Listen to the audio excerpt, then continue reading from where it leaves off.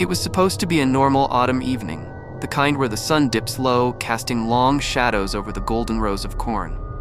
My town was quiet, the kind of place where nothing ever really happens, and everyone knows everyone.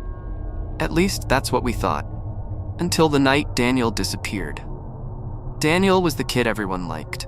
He was funny, always cracking jokes in class, but had this weird fascination with urban legends. There was this cornfield just outside town, sprawling and endless, where people whispered about strange things. Weird lights, echoing whispers, the usual small-town ghost stories. Daniel was obsessed with it. He had this idea to film a vlog there, proving the legends were just stories. The last time I saw him, we were hanging out after school. He told me he was heading to the cornfield that night, alone. I remember laughing, calling him crazy, but he just shrugged and said, "It'll be epic, just wait." The next morning, Daniel didn't show up for school. At first, everyone thought he was just skipping, but when he didn't answer his phone, people started getting worried. His parents called the police. They found his car parked just off the dirt road, but no sign of him. Then they found his phone. I was there when they unlocked it. The screen was cracked, muddy. The footage, I'll never forget it. It started normally enough, shaky shots of Daniel smiling into the camera, talking about the legends, making jokes about being the next ghost hunter. But as the video continued, something felt wrong. The sun had dipped low, and the cornfield stretched on endlessly behind him, tall stalks swaying gently in the breeze. Then there was a shift. Daniel stopped joking. He looked over his shoulder a lot, his voice quieter, like he thought someone was following him. At one point, he whispered, "I swear I just heard something," and turned the camera toward the rustling corn. Nothing. Just empty rows, but the sounds. First, it was faint, a whisper, maybe the wind, but then it grew louder. Low murmurs like voices, but layered. Dozens of them, overlapping, unintelligible but urgent. Daniel was scared now. His breathing got faster. He started running, but the camera stayed on, bouncing wildly. Then he stopped. "Who's there?" he shouted into the darkness. The whispers stopped, and then, clear as day, a voice. Not a whisper, but a deep, guttural voice just behind him. "You shouldn't be here." The screen glitched, static. But when it cleared, Daniel's face was pale, drenched in sweat. He whispered into the camera, "I can't find my way out. I've been walking for hours. I keep hearing things. If you find this, please help me." The footage cut out after that, just silence. No one has seen Daniel since. The police combed the cornfield for weeks, but it was like he had vanished into thin air. They called it a tragic accident. Maybe he got lost. But I know what I heard on that video. I know what I felt. Weeks passed. Daniel's parents left town. Rumors spread. People talked about the cornfield being cursed, about an old farmhouse that once stood there where terrible things had happened. But no one could prove anything. Then, one night, I made a terrible mistake. I went back. I told myself it was for Daniel, to find closure. But the truth, I was drawn to it. The silence of the corn, the whispers, they called to me. I walked in alone, just like Daniel had. The wind felt different that night, colder, heavier. I recorded everything. For the first hour, nothing happened, just the sound of my footsteps crunching through dry stalks. Then I heard it, a soft whisper echoing through the rows. My name. I turned around, heart pounding. No one. But the whisper came again, closer this time. "Help me." Daniel's voice. I ran, I didn't look back. The whispers grew louder, turning into screams. Then, out of nowhere, the corn parted. And there, lying in the dirt, was Daniel's phone. The screen flickered to life on its own. New footage of me, standing in the cornfield. From just moments earlier. I still have that footage. I can't explain it. But I know this. Whatever took Daniel, it's still out there. But that's not the end. Since that night, strange things have been happening to me. I hear whispers when I try to sleep. Shadows move just out of sight. My phone sometimes flickers on with distorted images. Grainy pictures of the cornfield, of Daniel's pale face, of something else lurking in the shadows. I've woken up with mud on my shoes, though I haven't left my house. And last night, I woke up holding Daniel's cracked phone. I swear I had left it locked in a drawer. I'm afraid to close my eyes, because every time I do, I hear his voice again. "Help me. Find me." And I know I have to go back. The cornfield is calling. But this time, I won't be alone. I've started hearing other voices too. Not Daniel's. Something darker. I've done research digging into the town's past. There was a family once, the Carvers. They owned that land, lived in a farmhouse right where the cornfield now stands. The entire family vanished one autumn night, much like Daniel. The legend says the field grew where their bodies were buried, nourished by tragedy and pain. I'm preparing now. Cameras, supplies. I've found an old map of the property, long before the cornfield expanded. There's a cellar marked on it, buried deep under where the farmhouse once stood. If Daniel is still out there, if there's any chance to find him, it has to be in that cellar. Tonight, I return to the cornfield. But this time, I know better. I won't run. I won't give in to the whispers. Whatever's in there, it won't take me without a fight. The next morning, I woke up at the edge of the field, covered in dirt, my phone recording. But I don't remember what happened. When I played back the footage, I saw something moving behind me in the shadows, and a voice whispering, "You brought it back with you." My life was simple, quiet. I owned a cornfield that had been in my family for 3 generations. It was peaceful out there, surrounded by endless rows of crops swaying in the wind. Until the night it all started. It was late September, the harvest approaching. I was out on the porch sipping coffee under the full moon. The wind was still that night, not a single stalk rustling. But then, faintly, I heard it. A voice, my name, whispered from deep within the cornfield. At first, I thought it was the wind. But as I listened closer, the sound grew sharper. It wasn't the wind. Someone was calling me. I grabbed my flashlight and headed out, heart pounding. The voice was clearer now, but distorted, almost as if it was echoing through the corn itself. I shouted back, but there was no reply, only silence, thick and pressing. The next morning, I brushed it off. Maybe I'd imagined it. Stress, exhaustion. But that night, it happened again. The same whisper. My name, repeated. I called my neighbor, old Hank, who had worked these fields longer than me. When I described what I heard, his face paled.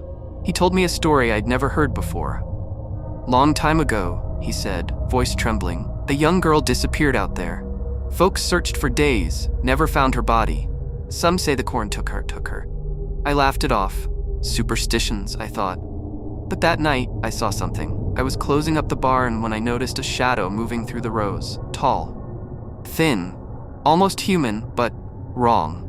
My flashlight flickered, the air turned ice cold. And then, the whispers returned, louder, more frantic. I bolted inside, locking the door behind me. But the whispering didn't stop. It was right outside the window, soft tapping on the glass. I didn't sleep that night. Days passed, and the whispers grew worse. They were no longer confined to the fields. I heard them from the attic, the basement, even behind me when I was alone in the house. I searched for answers, digging through old town records, and that's when I found it. A newspaper clipping. Local girl, 1957, missing without a trace. Foul play suspected. The photo, it was haunting. Pale face, hollow eyes. But what chilled me most was the date. The same week my grandfather had purchased the land. Desperate, I sought help from the local historian. He mentioned a painting, an eerie portrait of a girl found near the cornfield after the fire in '57. The barn had burned down mysteriously, yet the painting had survived, untouched. Rumors claimed it was cursed, linked to the voices heard on my land. I searched my attic and found it tucked behind old boxes. The girl in the painting, her eyes seemed to follow me. The whispers returned, louder than ever. My name, over and over, as if she was pleading for something, or warning me.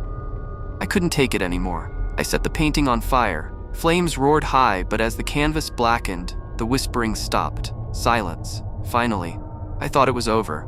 But 2 nights later, I woke up to the sound of footsteps in the hallway, and there at the end stood the girl. Not in the painting, but real, pale, hollow-eyed. And then she whispered one final word. Run. But I couldn't move. Frozen in place, I watched as the girl drifted closer, her face contorted in sorrow. Shadows seemed to swirl around her, dark tendrils stretching along the walls. I finally broke free from my paralysis, sprinting down the hall, the walls trembling with an unnatural hum. I could hear her footsteps behind me, soft yet deliberate. The whispers had returned, louder than before, echoing from every direction. I fled outside, but the cornfield wasn't the same. The rows twisted unnaturally, as if guiding me deeper. And then I saw it. At the center of the field, a scorched patch of earth where nothing grew. A place I had never noticed before. The whispers stopped. The girl stood there, her hollow eyes locked on mine. "You brought me back," she whispered. And then the ground beneath her began to shift, opening like a maw. Darkness consumed her, and the cornfield fell silent once more. But I know she'll return, and next time she won't come alone. I've always loved Halloween. There's something magical about it. The crisp autumn air, the warm glow of jack-o'-lanterns, the thrill of something unseen lurking in the shadows. Last year, my friends and I wanted to do something special to celebrate. We found a Halloween corn maze that was billed as the scariest in the state. Little did we know, we'd be stepping into something far darker than we could have imagined. The maze was infamous in the area, a sprawling labyrinth carved into an old cornfield. People claimed it was nearly impossible to complete without getting lost at least once. They also said it was haunted. Of course, we didn't take the ghost stories seriously. We thought it was just clever marketing to draw crowds. We arrived just after sunset. The place was buzzing with excitement. Kids running around in costumes, couples holding hands, and groups of friends like us laughing nervously.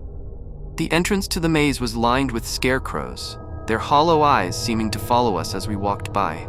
A chill ran down my spine, but I brushed it off as the cool October air. The ticket booth was manned by an older man with a weathered face and tired eyes. As he handed us our tickets, he leaned in slightly and muttered, "Stay on the path." I wasn't sure I'd heard him correctly, but before I could ask, he turned his attention to the next group in line. My friends and I exchanged uneasy glances, but we laughed it off. "Probably just part of the act," Ethan said with a shrug. The maze started off exactly as we'd expected. The paths were wide, the cornstalks tall and rustling in the breeze. Scare actors jumped out from hidden corners, making us scream and laugh. The fog machines and eerie sound effects added to the atmosphere, and for the first 20 minutes, it was just good, spooky fun.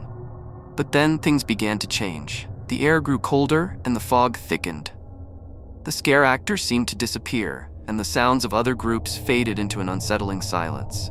"Is it just me, or is this part of the maze weird?" Jenna asked, her voice tinged with unease. "It's just the design," Ethan said, though he didn't sound as confident as he usually did. "They probably want us to feel isolated." But it wasn't just the isolation. There was something else, something heavier, like the very air around us had shifted.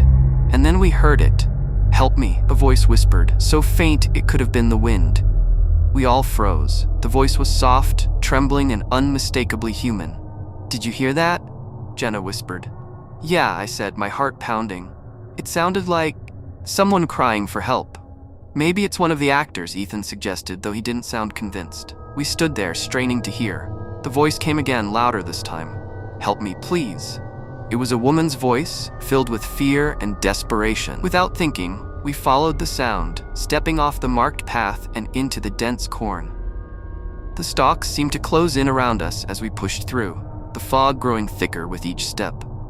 Our flashlights flickered, their beams weak against the oppressive darkness. As we moved further from the main path, the air grew colder. It wasn't just the chill of an autumn night, it was bone deep, the kind of cold that makes your breath catch in your throat. And then there was the smell, a faint, sickly sweet odor that made my stomach churn. "What is that smell?" Jenna asked, covering her nose. "I don't know," I said, my voice barely above a whisper. And then we saw her. She was standing in the middle of a small clearing, her back to us. Her clothes were torn and bloodied, her hair hanging in matted clumps around her face. She was trembling, her arms wrapped around herself. "Ma'am, are you okay?" Ethan called out, his voice shaking. The woman turned slowly, and I felt my stomach drop. Her face was pale, almost translucent, her eyes wide with terror. "Please," she said, her voice barely audible. "You have to help me." Before we could respond, the air around her shifted. The fog swirled violently, and the torches lining the clearing flared suddenly, their flames roaring to life. And then she was gone. "What the hell just happened?" Ethan whispered, his voice trembling. We didn't have time to process what we'd seen. The torches flickered and went out, plunging us into darkness. And then, the noises started. It began as a faint rustling, like something moving through the corn. Then came the whispers, low, guttural voices speaking words we couldn't understand. The sound surrounded us, growing louder and more menacing. "Do you feel that?" Jenna asked, her voice trembling. "Feel what?" I asked. "It's like something's watching us," she said, her eyes darting nervously. I felt it too, a prickling sensation on the back of my neck, as if unseen eyes were following our every move. We turned to leave, but the path we'd come from was gone. The corn seemed to have shifted, closing in and trapping us. Panic set in as we tried to find a way out, our flashlights flickering and casting eerie shadows. And then we saw it, a painting lying on the ground where the woman had stood. It was old, the edges burned and charred, but the image was clear. It showed a woman standing in a cornfield, her clothes torn and bloodied. She was staring straight ahead, her eyes wide with fear. "What the hell is this?" Ethan said, picking up the painting. As soon as he touched it, the whispers stopped. The silence was deafening, and for a moment we thought it was over. But then the ground beneath us began to shake. The corn stalks swayed violently and shadows moved through the fog. Shapes that were humanoid but wrong. Their limbs were too long, their movements jerky and unnatural. They circled us, their hollow eyes glowing faintly in the darkness. We ran. I don't know how we found our way out, but somehow we stumbled back onto the main path. When we finally burst out of the maze, we were breathless and shaking. When we told the staff what had happened, their faces turned pale. One of them, an older woman, pulled us aside. "You saw her, didn't you?" she asked. Apparently, the maze had a dark history. Decades ago, a young woman had gone missing in the cornfield. Her body was never found, but people claimed to see her ghost, always pleading for help. And the painting? It had been discovered multiple times, always after someone reported seeing her. I tried to get rid of the painting, but it always came back.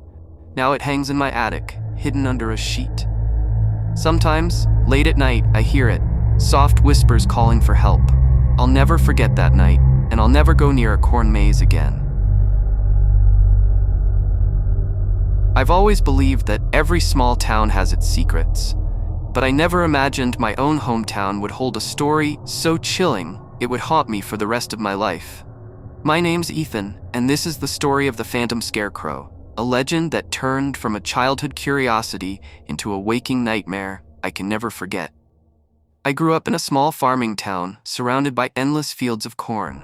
As a kid, those fields were my playground. My friends and I spent countless summers weaving through the rows, playing hide and seek until the sun dipped below the horizon. But even then, there was one place we avoided. A patch of land known as Hollow Hill. It wasn't really a hill, just a strange, slightly sunken part of the cornfield where the stalks grew stunted and pale as if something in the soil was poisoning them. But the corn wasn't the only thing that made Hollow Hill strange. At its center stood a scarecrow, a ghastly, weathered figure dressed in ragged clothes and topped with a burlap sack for a head. Its face was stitched into a grotesque grin, and its black, empty eyes seemed to follow you no matter where you stood. The adults in town told us to stay away, saying the ground there was bad for the crops and unsafe to walk on. But the real reason was the stories. The terrifying tales about the scarecrow that had been passed down for generations. According to legend, the scarecrow was more than just a harmless guardian of the fields. It marked the spot where a young man named Thomas Harper had been murdered in the 1800s. He was a drifter, a stranger who came to town looking for work. One night, he got into a fight with some locals, and the next morning, he was gone. Weeks later, his blood-stained shirt was found in the cornfield, along with a crudely made scarecrow standing in the exact spot where he was last seen. No one ever found his body, and some say his spirit took residence in the scarecrow, forever bound to the cursed patch of land. Growing up, I never believed the stories. They were just tales to scare kids, right? But that changed one summer when I was 17, the summer I decided to work at one of the local farms. That year, the farm had hired extra hands to deal with an unusually large harvest, and I was eager to make some money before heading off to college. My job was simple: tending the crops, fixing fences, and occasionally checking the irrigation system. It wasn't glamorous work, but it was quiet, peaceful even, at least until my assignments took me near Hollow Hill. The first time I had to go out there, I felt uneasy. The air seemed heavier, colder somehow, even though it was the middle of July. The scarecrow was exactly as I remembered it from childhood, standing tall and ominous against the pale corn. But as I walked past it, I felt watched. At first, I thought I was imagining things, but every time I glanced over my shoulder, I could swear the scarecrow's head was tilted slightly, as if it were following my movements. A few nights later, I woke up to the sound of tapping on my window. At first, I thought it was just the wind, but the tapping was too rhythmic, too deliberate. When I finally worked up the courage to look, there was nothing there. But in the distance, just beyond the edge of the cornfield, I saw a shadow. It was tall and thin, shaped like the scarecrow, but it was moving. The next morning, I told myself it was just a trick of the light. But then things started to escalate. One evening, as I was walking back from the fields, I noticed something odd. The scarecrow had changed positions. It was subtle at first, just a slight tilt of the head or a shift in the angle of its arms. But over the next few days, the changes became more pronounced. Once I found it standing several feet away from its original post, its black, hollow eyes fixed on the path I always took to the barn.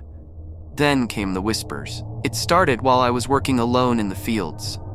At first, it sounded like the rustling of the corn in the breeze, but soon I could make out faint voices, low, murmuring whispers that seemed to come from all around me. They were too faint to understand, but the tone was menacing, like a warning or a threat. One night, I decided to confront my fears.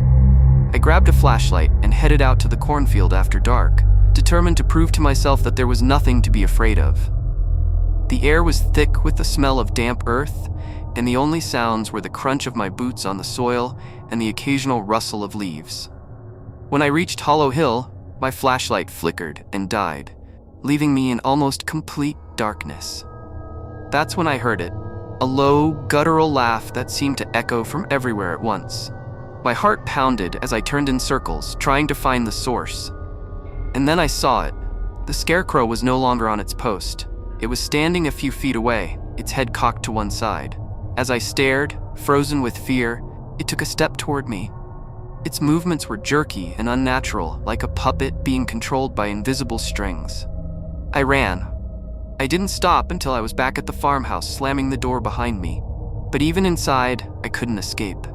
That night, I woke to the sound of footsteps in the hallway outside my room. When I opened the door, the hallway was empty, but the faint smell of hay and earth lingered in the air. The final straw came a week later. I was working near Hollow Hill when I found a piece of old, tattered fabric caught on a fence post. It looked like the same material as the scarecrow's clothes, but when I touched it, I felt a sharp, burning pain in my hand. Looking down, I saw red welts forming on my skin, as if I'd been scalded. That night, I packed my things and left the farm for good. To this day, I don't know what I saw in that cornfield, or what force was controlling the scarecrow. But every so often, when I drive past the farm late at night, I see it, standing at the edge of the corn, its hollow eyes watching, and I can't shake the feeling that it's waiting for someone to step too close again. I can still hear the screams. It's been 3 years since I stepped foot in that cursed cornfield, and not a single day goes by without the echoes of that night haunting my dreams. It wasn't just the sound, it was the feeling, the suffocating dread that seeped into my bones and left me questioning everything I thought I knew about the world. It all started when my cousin Sam moved to a small town in Kansas. He inherited a piece of land from an old uncle we barely knew. The property came with a vast cornfield stretching as far as the eye could see. Sam invited me to visit, excited about starting a new chapter in his life, and I thought it'd be a peaceful escape from the chaos of city living. I couldn't have been more wrong. The first few days were uneventful. The town was quiet, almost too quiet, and the locals were odd. They spoke in hushed tones whenever we mentioned the cornfield, their faces growing pale as if we'd uttered some forbidden word. One old man at the diner even grabbed my arm and whispered, "Stay out of the field after dark. It's not safe." His warning was chilling, but Sam and I laughed it off. Small town superstitions, we thought. But the longer we stayed, the more unsettling things became. The nights on the property were eerily silent, the kind of silence that feels heavy, unnatural. At first, we chalked it up to the isolation of the countryside. The stillness seemed to magnify every little sound: crickets chirping, the wind rustling through the trees, the occasional hoot of an owl. It was the perfect setting for a peaceful getaway, but something wasn't right. One night, as we sat on the porch sipping beers, we heard it for the first time. A distant scream carried on the wind. It was faint, but unmistakable, a sound so raw and agonizing that it froze us in place. Sam tried to brush it off, saying it was probably a coyote or some other animal, but I saw the unease in his eyes. The screams continued over the next few nights, growing louder and more desperate. By the fifth night, curiosity got the better of us. Armed with flashlights and a sense of bravado, fueled by a few drinks, we decided to investigate. The air was thick as we stepped into the cornfield, the stalks towering over us like silent sentinels.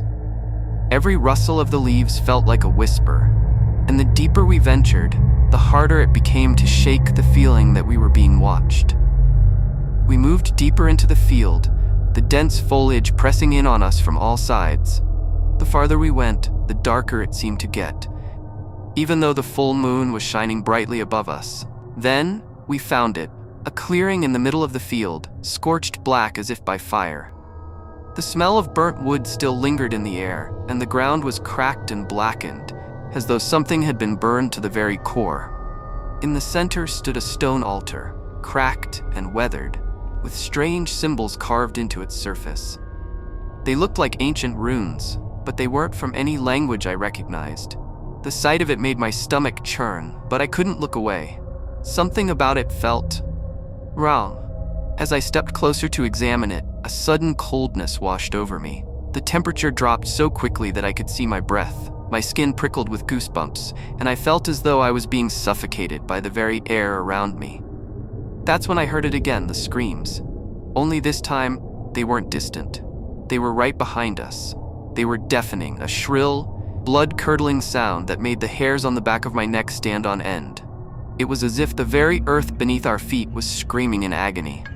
My heart pounded in my chest, and I turned around, expecting to see something, anything, but there was nothing. Then I saw her. A figure emerged from the shadows, walking slowly toward us. She was draped in tattered, torn clothes, and her skin was pale, almost ghostly white. Her hair hung in wild, unkempt strands. And her eyes were hollow, devoid of any humanity. But what struck me the most was her mouth. It was open, stretched unnaturally wide, as though she was trying to scream, but no sound came out. I couldn't move. It was as if my body had frozen in place. I could hear Sam whispering my name, his voice trembling with fear, but I couldn't respond. The figure stopped just in front of us, her empty eyes locking onto mine. The air was thick with an unbearable tension, and I could feel my pulse in my throat. And then, without warning, the ground around us began to tremble. At first, it was a slight vibration, like the earth was gently shaking. But then it intensified. The ground cracked open beneath our feet, and flames erupted from the fissures, licking the sky with an intense orange glow. The cornfield seemed to catch fire, but not in the way you'd expect. The flames didn't consume the plants. They seemed to dance around them, circling the stalks like an ominous, unholy ritual. I turned to run, but before I could take a single step, I felt a hand, cold and clammy, grab my arm. I whipped around to find Sam standing there, his face pale with terror. His eyes were wide, filled with fear, but he wasn't looking at me. He was staring at something behind me. I didn't want to turn around. I knew, deep down, that whatever was behind me wasn't something I was prepared to face. But I couldn't stop myself. When I turned, I saw the figure again, but now she was different.